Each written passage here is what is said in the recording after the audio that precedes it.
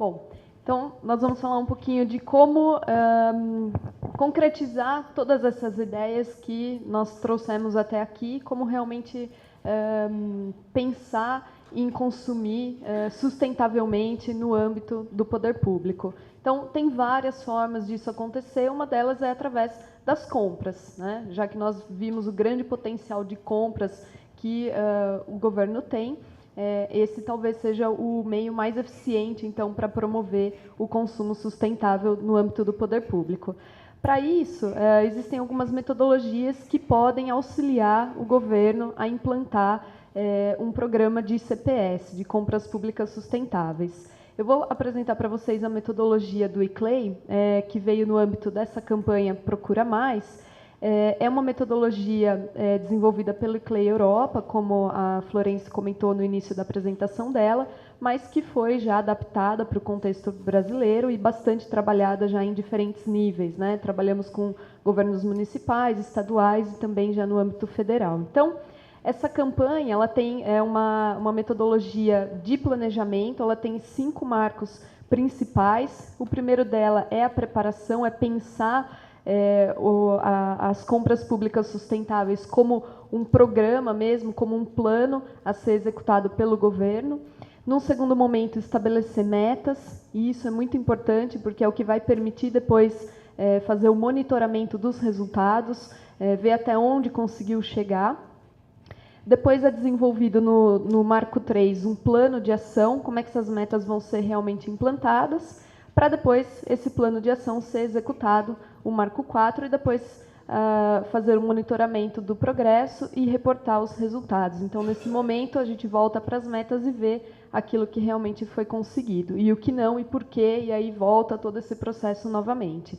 Então, quando essa metodologia ela foi adaptada para o contexto brasileiro, nós também detalhamos um pouco mais esses passos. Então, nós temos aqui 8 passos que eu passo a explicar. O primeiro deles é um mapeamento, um perfil de consumo do órgão, da instituição. Então, nesse momento, é identificado como é feito o processo, como é feito, como são feitas as compras no órgão. E mais do que isso, identificado tudo que é comprado pelo órgão. Isso é muito importante porque dá esse retrato, esse panorama e permite a gente, no ponto 2, selecionar os produtos que são mais economicamente impactantes no orçamento, mas também os produtos que têm um maior impacto socioambiental, já que, num primeiro momento, é muito difícil a gente transformar todas as compras em compras mais sustentáveis. Então, é feita essa seleção desses produtos que têm maior relevância.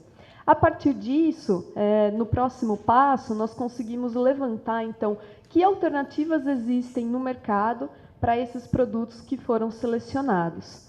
Ao mesmo tempo, é feito um inventário, o primeiro inventário de base. Esse inventário, na verdade, ele é um detalhamento maior desse perfil de consumo do órgão em relação a esses produtos que foram selecionados. Então, quantidade, gastos, enfim, é um detalhamento maior. Depois disso, no passo 5, é o passo que habilita a compra desses produtos que foram levantados através da inclusão deles no catálogo, no pregão, já pensando, então, nesses produtos com critérios socioambientais. Depois é desenvolvido o edital, que vai integrar, então, esses critérios socioambientais, e é realizada a compra desses produtos mais sustentáveis. Por fim, é feito um segundo inventário de base, que vai possibilitar, então, a avaliação do desempenho após a aquisição dos produtos mais sustentáveis. Então, é um passo a passo mesmo, né? Nós já trabalhamos essa metodologia com alguns governos e tivemos resultados bastante interessantes. Então, assim, é uma metodologia que eu expliquei bem rapidamente, mas para ter uma ideia, mas que está bem mais detalhada nesse guia de compras públicas sustentáveis, que tem a capinha azul, que nós vamos depois fazer o sorteio, mas que está disponível para ser baixado do site do ICLEI. Bem, como a Florence comentou, nós estamos indo um pouco além dessa questão de sustentabilidade, trazendo também a ideia de inovação, mas junto com a ideia de sustentabilidade, né? Não estamos falando de uma coisa diferente, estamos pensando junto com essa questão de compras sustentáveis. Como o ICLEI ainda está desenvolvendo essa metodologia, que até o final do ano deve já chegar para nós, e ela também vai ser adaptada para o Brasil, eu trouxe algumas diretrizes dessa abordagem, só para a gente começar já a pensar um pouco nessa questão da inovação também, junto com as compras sustentáveis. Então, tudo que vale para a CPS, na verdade, vale também para falar de inovação. Então, na questão, no primeiro momento, que seria o momento da preparação dessa implantação então, de compras sustentáveis e inovação, é bastante importante assegurar na equipe que vai fazer isso competências técnicas, jurídicas, também de gestão, obviamente, né? Porque muitas vezes nós não temos essas competências em uma pessoa só, então realmente a gente vai precisar muito de uma equipe para isso. Também envolver os futuros usuários é importante, saber o que eles vão precisar, se esse produto vai atender ou não às necessidades, é um ponto importante nessa fase. Mas o que mais tem de diferente em relação à inovação é o envolvimento, essa segunda etapa, é o envolvimento antecipado do mercado.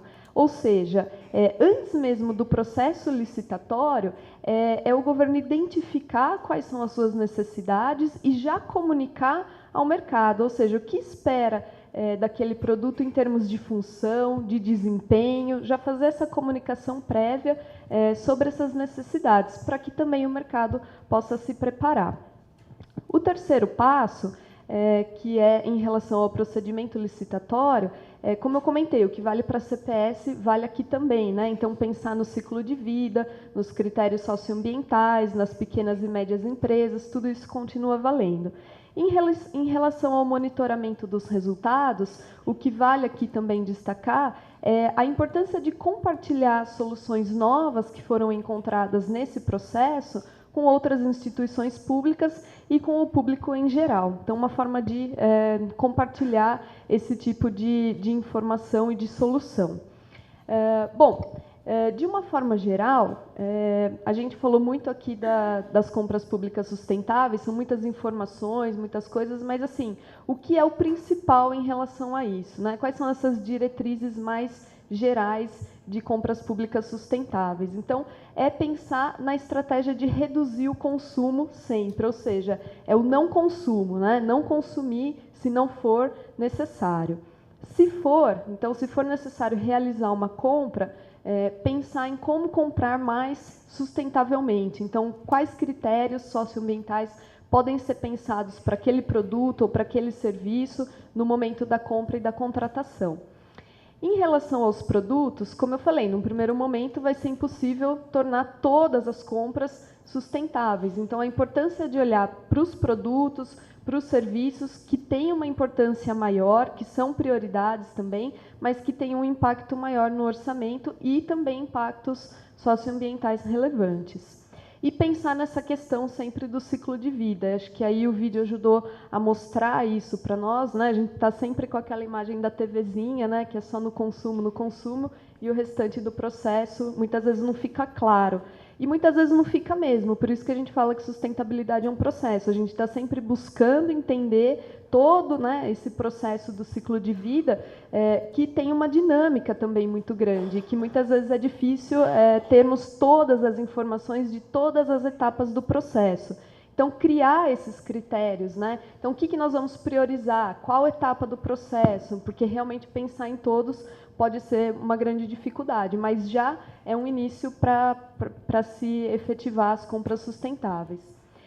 Em relação ao comprador, é a pessoa que vai ter que conhecer, obviamente, sobre esses marcos regulatórios, mas também a noção dos critérios de sustentabilidade, conhecer boas práticas de outros governos, pode ajudar e inspirar também, né? Claro que muitas vezes precisando passar por treinamentos, por formação específica. É o comprador também que vai, em muitos casos, né, dependendo de como é feita a compra, lançar o edital com os critérios de sustentabilidade, já mostrando para o mercado que existe ali espaço, existe um nicho, né, para produtos, para surgirem produtos com padrões mais sustentáveis, padrões produtivos mais sustentáveis. Em relação ao fornecedor, claro que sempre respeitando aí os limites legais, mas a importância de estabelecer um diálogo, essa comunicação para realmente sinalizar, então, quais são as necessidades e para mostrar que existe esse espaço, né? E aí vocês devem estar se perguntando, bom, a gente está falando de sempre compras sustentáveis, mas o plano é sobre logística sustentável, e não foi disso que a gente veio falar, né? Na verdade, essa questão das compras e do consumo é a parte mais importante que envolve toda a questão de logística sustentável que a gente passa a falar agora. Bom, a noção de logística já é bastante conhecida, essa questão de coordenar fluxo de materiais, de serviços, de informações, desde o fornecimento até o desfazimento, isso acho que está mais tranquilo. Agora, pensar em tudo isso de uma forma sustentável é pensar tudo isso integrando a proteção ambiental, justiça social e o desenvolvimento econômico equilibrado. Isso é o que está na IENA, é isso que tem guiado, então, essa noção de logística sustentável. Bom, em termos mais concretos, né, do que a gente está falando em si quando a gente fala em logística sustentável? A gente está falando de vários aspectos, na verdade. A gente está falando de consumo, de compras e contratações, por isso toda essa conversa até aqui. Estamos falando de uso de materiais, de recursos, de transporte desses produtos, mas também de pessoas, de deslocamento. Logística sustentável envolve estoque, envolve descarte de materiais e também a qualidade de vida do trabalhador, do servidor, do colaborador, certo? Então, em termos de ações governamentais, pensando nesses aspectos, o que a gente pode pensar, então, em desenvolver no âmbito da logística sustentável? Então, por exemplo, na questão do consumo, e aqui o consumo de recursos e materiais, né, estamos falando de energia, de água também, é sempre pensar na redução do consumo, óbvio, né? Aí tem uma experiência interessante do Senado, que fez a Ordem do Dia Eletrônica, talvez vocês já devam ter visto essa ação, que foi bastante interessante, que pensou realmente na redução do consumo de papel. O consumo de papel era algo absurdo lá, né? Chegavam a consumir muito por causa de processos, de relatórios, enfim. E aí a economia que se fez com a Ordem do Dia Eletrônica foi de 2 toneladas de papel por mês. É muita coisa, né? Se a economia foi isso em termos de, estamos falando de quantidade de papel, né? Imagine em termos de valores mesmo. Então, pensar nessa questão da redução do consumo. No uso sustentável dos recursos, no uso de produtos mais sustentáveis, e aí por isso que a questão de compras ela é fundamental ao pensar a aquisição de produtos mais sustentáveis, e também compras compartilhadas. A Sofia comentou o caso do Jardim Botânico do Rio de Janeiro, que foi uma experiência bastante bem-sucedida em relação a compras compartilhadas e que também pode ser sempre pensada como uma alternativa aqui interessante. Em termos de compras ainda, a gente também está falando de empregar mão de obra, materiais, tecnologias e matérias-primas de origem local. Por quê? Com isso, nós minimizamos a necessidade do transporte, que hoje é o grande vilão, né? As maiores emissões de poluentes que causam o agravamento do aquecimento global provém do setor de transportes. Então, pensar nisso também é uma questão fundamental. A Prefeitura de São Paulo teve uma ação bastante interessante nesse sentido, com a entrega de documentos que precisava fazer ali e que sempre era feita ou por moto ou por carro, e São Paulo tem também o problema do trânsito, né? Então, a solução que eles encontraram foi fazer isso daí de bicicleta. Então, eles pensaram em contratar bike boys para fazer esse tipo de contratação, mas, num primeiro momento, não conseguiram porque não existia esse serviço disponível na cidade. Então, eles lançaram um edital, mas não apareceu ninguém. E isso, né, aconteceu um tempo até que eles conseguiram implantar. Então, foi mostrar realmente para o mercado que ali existia aquela necessidade, né? E hoje, mesmo com aquele trânsito, aquela loucura, e não tem ciclovia ali naquela parte do centro, né, essa entrega de documentos muitas vezes é feita por meio de bicicleta. Então, pensar nessa questão, né, do local, do uso sustentável mesmo desses recursos. Em relação ao uso de materiais, ao uso de recursos, claro, a questão do consumo responsável é sempre rever a real necessidade de consumir, mas também usar de uma forma adequada, de uma forma eficiente, promover uma manutenção periódica dos equipamentos, prolongando aí o tempo de vida desses equipamentos e evitando, assim, compras desnecessárias. Em relação ao transporte, que eu já falei também cabe aqui, né, essa questão de priorizar as coisas mais locais, mas também tem a ver com o deslocamento de pessoal, ou seja, como as pessoas chegam até o trabalho, né, pensando no âmbito do PLS. Né. E sobre isso, pensar formas mais eficientes de fazer, então, esse transporte. Eu dei o exemplo na parte da manhã, na Unicamp nós temos um sistema de caronas que é online, então a pessoa ela se cadastra, fala para onde ela está indo, porque ela tem muita gente de fora, então de final de semana o pessoal acaba voltando para suas cidades, e aí fala, olha, eu estou indo para, sei lá, Piracicaba, tal horário, e aí junta o pessoalzinho que está a fim de ir, se manifesta e podem compartilhar, então, essa ida. Então, isso pode ser pensado também, né, como uma forma de... É difícil a gente saber, por exemplo, aqui nos ministérios. Às vezes, o nosso vizinho de prédio trabalha no ministério ao lado. Não tem como a gente saber disso sem ter uma ferramenta que permita isso. Então, pensar essas alternativas, né, bicicleta, andar, às vezes caminhar, enfim. Tem várias coisas que dá para pensar aqui. Em relação ao estoque, o estoque também está dentro da questão da logística sustentável. Por quê? Aí o que já foi falado, né? A Florence comentou. Nós precisamos saber o que temos para não fazer compras desnecessárias. Então, ter um bom controle desse estoque, um armazenamento adequado para poder usar esses produtos quando realmente a necessidade aparecer. E em relação ao descarte de materiais, é pensar na logística reversa. Quando a gente vai adquirir um produto, como é que ele vai ser descartado quando ele não for mais necessário? E, de repente, já incluir essa obrigatoriedade dessa logística reversa no edital. Né? Isso também pode ser pensado.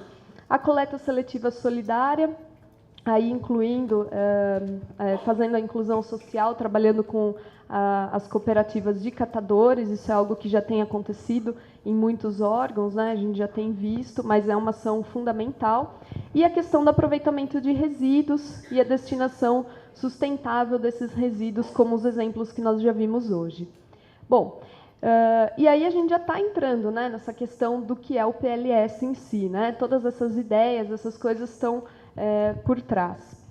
Bom, como já foi falado, ele está previsto na IN, por isso que nós estamos falando disso. Nós vimos esse plano como uma importante ferramenta de concretizar ações de sustentabilidade no âmbito governamental. Mais do que isso, nós vimos esse instrumento como uma forma também de fomentar a inovação, a transparência e o acesso à informação. Mas eu acho que é mais até do que isso. Eu acho que a gente tem que fazer uma reflexão realmente de pensar que nós temos, com o PLS, com esse plano, um instrumento bastante poderoso de promover a sustentabilidade. A gente fala tanto disso, né, e na hora de concretizar é sempre meio complicado, né, mas eu acho que aí é um agregador de todas essas iniciativas que já temos no âmbito governamental, que podem ser realmente implantadas e que vão além das paredes das nossas instituições. Essas ações, realmente, como nós vimos, elas estão ligadas e vão beneficiar não só o governo, não só os servidores, mas é uma forma de pensar na sustentabilidade global. Bom, então, o que tem que ter o PLS, no mínimo? Né? Tem que ter um inventário dos materiais, ou seja, do que é comprado pelo órgão, pela instituição. Esse inventário já vai ajudar, então, a mostrar ali quais produtos podem ser selecionados para serem levantadas alternativas mais sustentáveis. O PLS tem que ter práticas de sustentabilidade e racionalização do uso de materiais e serviços. Aqui é o coração mesmo do plano, né? Essas práticas de sustentabilidade, mas também tem que ter as responsabilidades, quem vai implantar, como vai ser implantado, a metodologia é muito importante, e mais, como ele vai ser avaliado, porque esse plano vai passar por uma avaliação.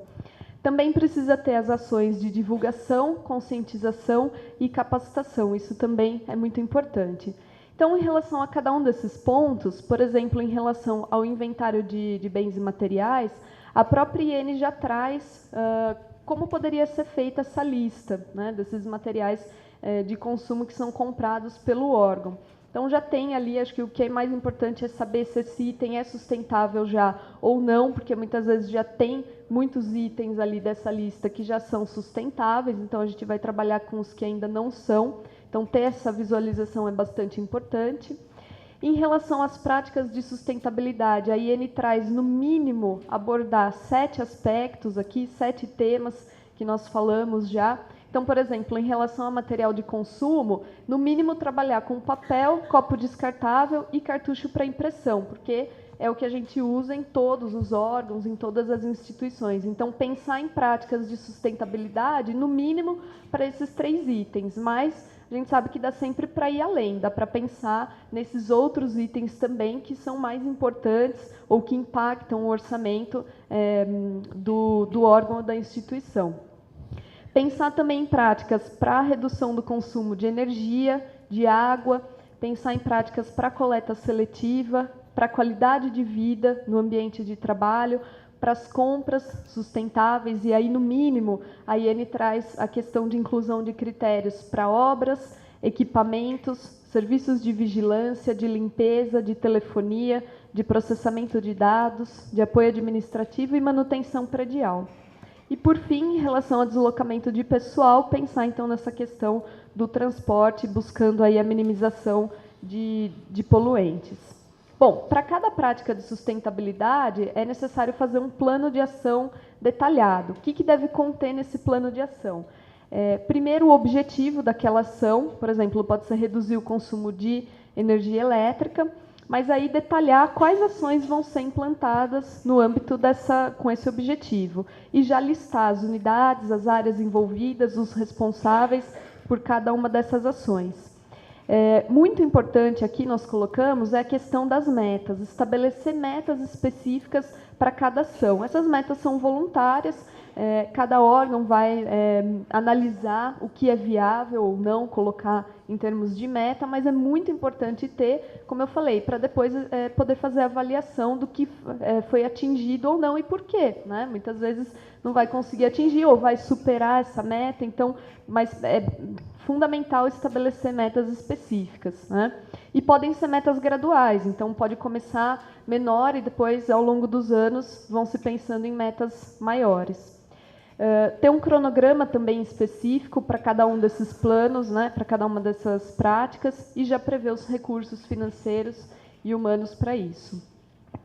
As iniciativas de capacitação, elas devem ser incluídas também no plano anual de capacitação, isso é importante, está no decreto, né?